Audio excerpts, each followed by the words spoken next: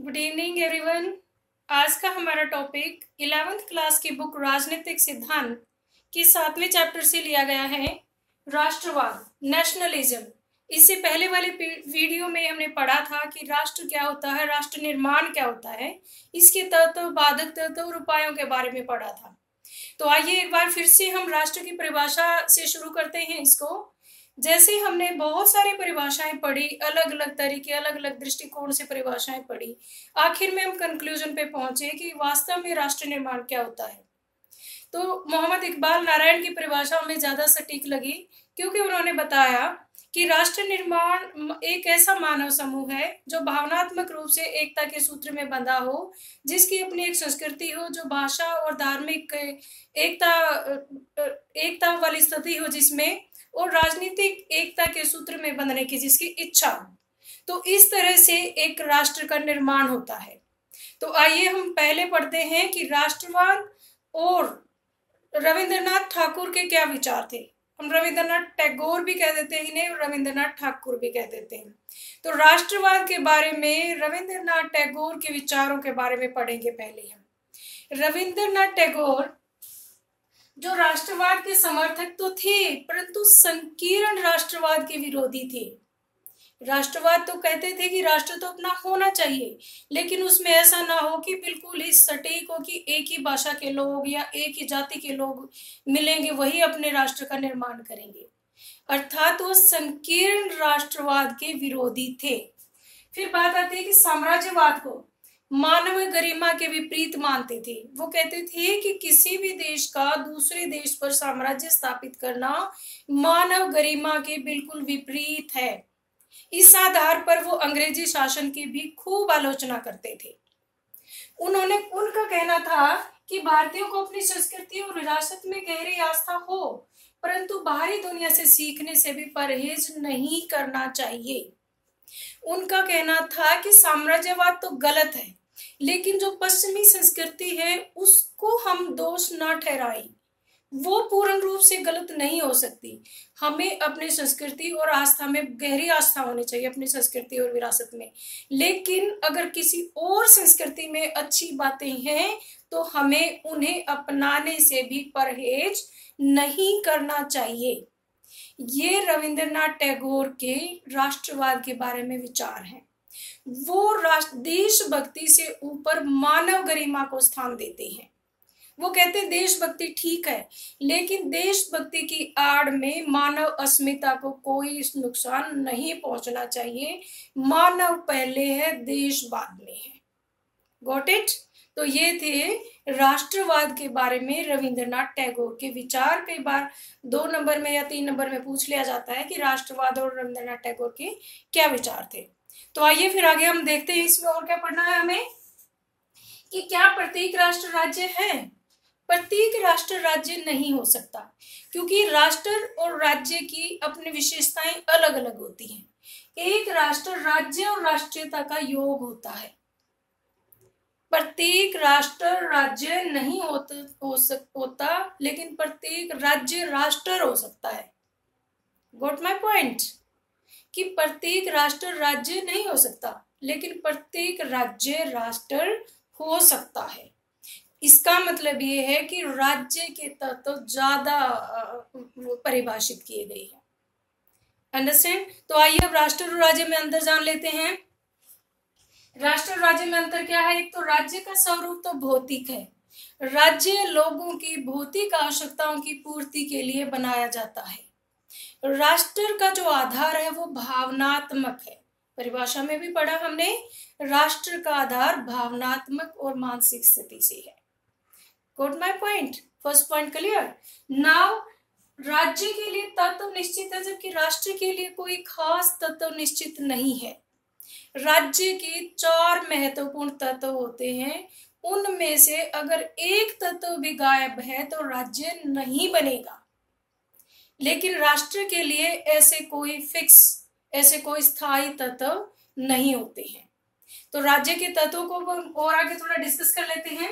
राज्य के तत्व हैं जनसंख्या, भूभाग, सरकार और प्रभुसत्ता। एक तो राज्य के लिए क्या होना जरूरी है, किसे हम राज्य कहेंगे, जिसके पास निश्चित जनसंख्या हो। जैसे भारत एक राज्य है क्योंकि इसकी जनसंख्या 130 करोड़।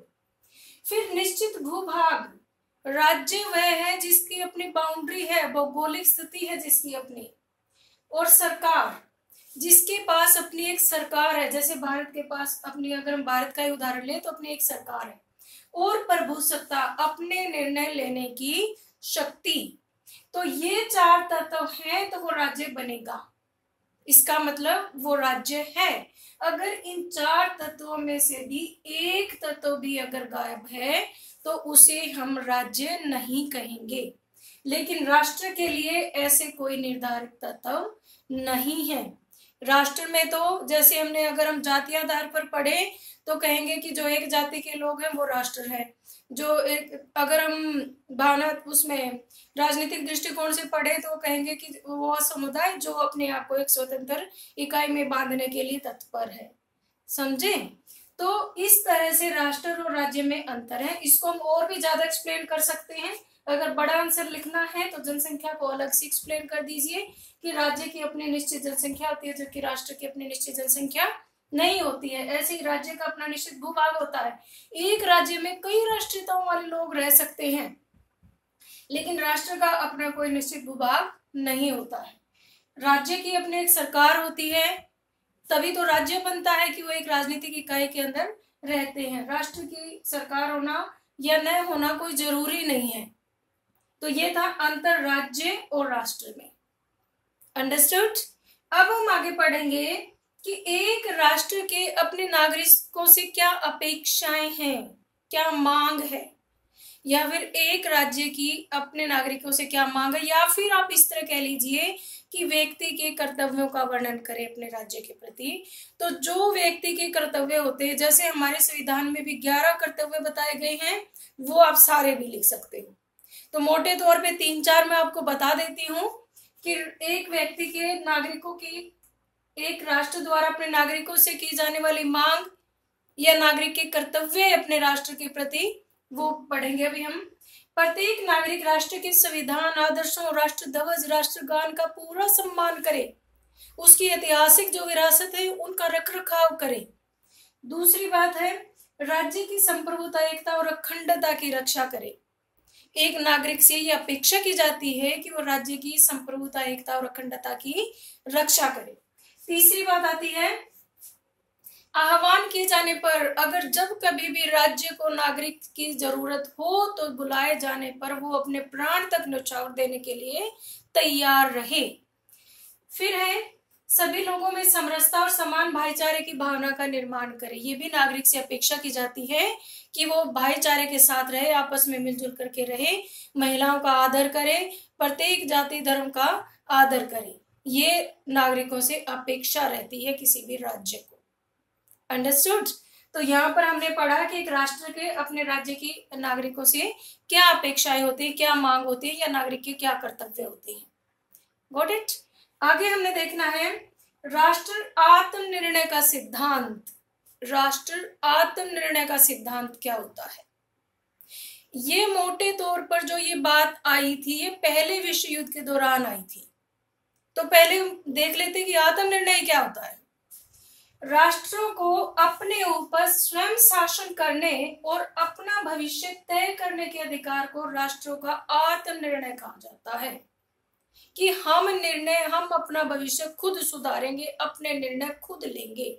ये मांग राष्ट्र निर्माण, आत्मनिर्णय कही जाती है। इस अधिकार के अंतर्गत एक राष्ट्र अंतरराष्ट्रीय समुदाय से अपेक्षा करता है कि उसे अलग राजनीतिक इकाई अर्थात राज्य का दर्जा दिया जाए। इसे एक राष्ट्र के एक राज्य का सिद्धांत भी कहा जाता है। राष्ट्र आत्मनिर्णय के सिद्धांत का दूसरा नाम क्या है? एक राज्य का एक राष्ट्र। Got it?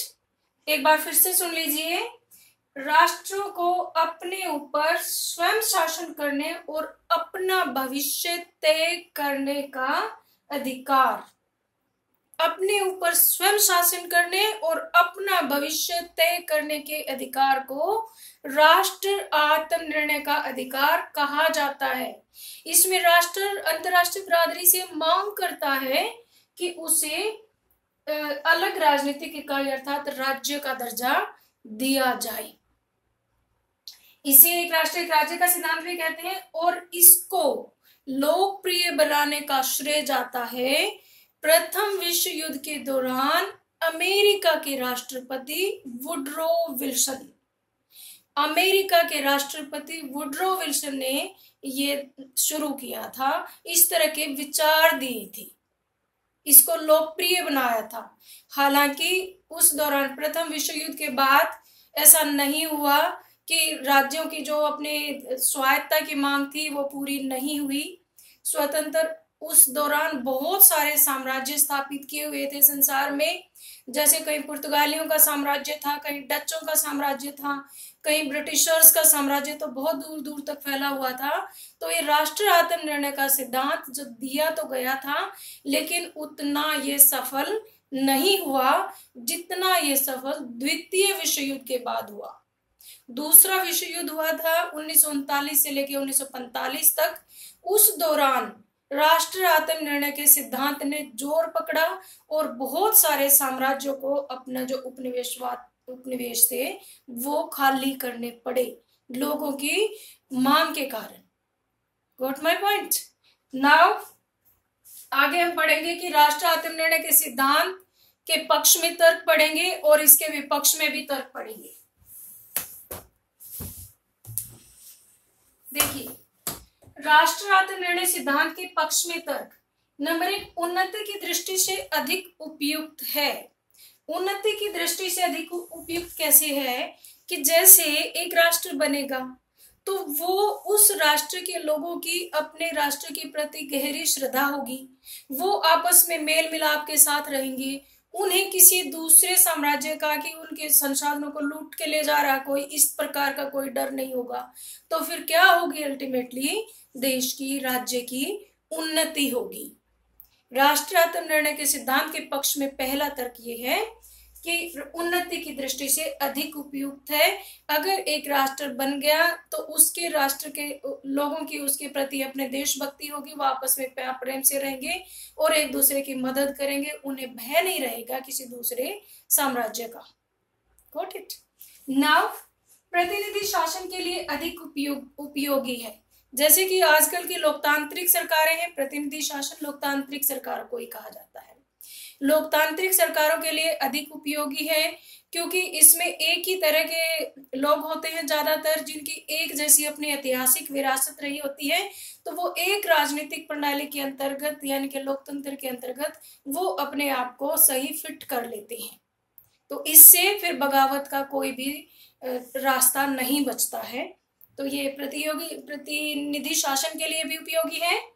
नेक्स्ट है शक्ति संपन्न राज्य। अगर राज्य छोटा है, वहां पर शांति है, वहां पर लोग सब मिलजुल करके रह रहे हैं, वहां पर लोगों की अपनी इच्छाएं पूरी हो रही हैं, तो जाहिर सी बात है कि राज्य शक्ति संपन्न होगा और उस देश के लोगों में अपने राज्य के प्रति देशभक्ति की भावना भी प्रबल होगी और वो अपने राज्य की को मजबूत बनाने के लिए अपने हर प्रकार से मदद करेंगे। नेक्स्ट आता है स्वतंत्रता का चार्टर और साम्राज्यवाद का शत्रु। राष्ट्र आत्मनिर्णय के सिद्धांत की तो धारणा यही है कि हमें स्वतंत्र बनाया जाए, हमें अपने निर्णय लेने की खुद हमें अधिकार हो अपने स्वयं निर्णय लेने का।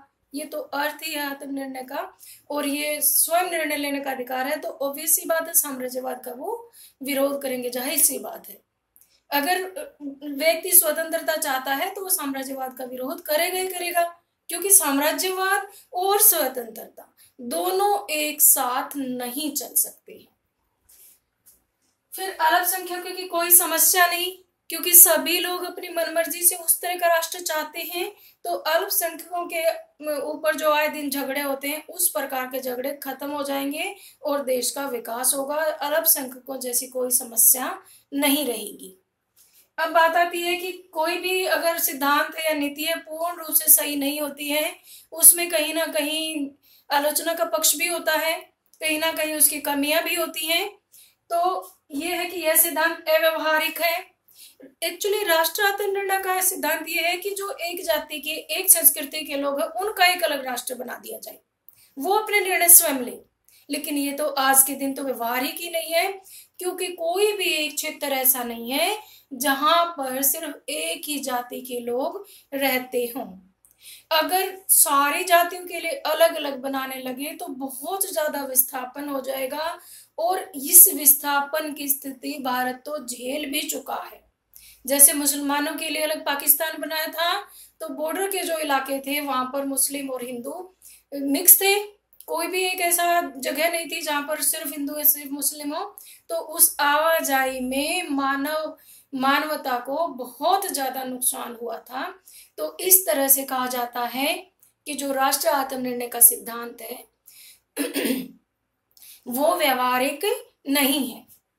फिर राष्ट्रों की निश्चित क्षेत्र की समस्या, वही बात आ गई कि कोई भी एक जाति, कोई भी एक भाषा, कोई भी एक संस्कृति सिर्फ एक जगह ही नहीं है।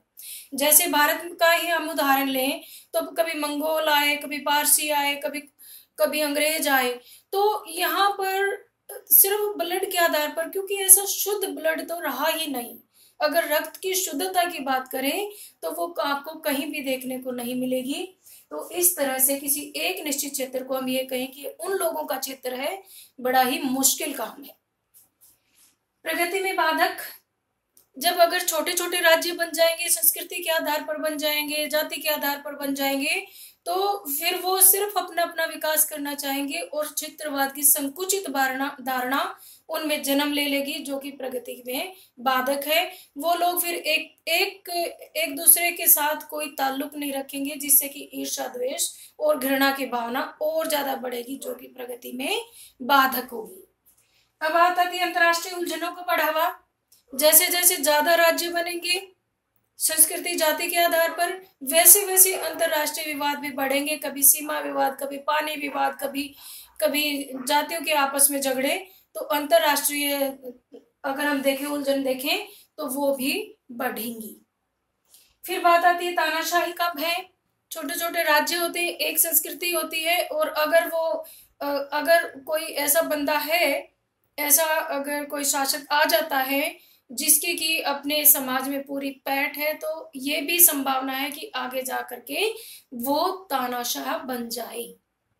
तो इस तरह से हमारा ये चैप्टर यहाँ पर कंप्लीट होता है।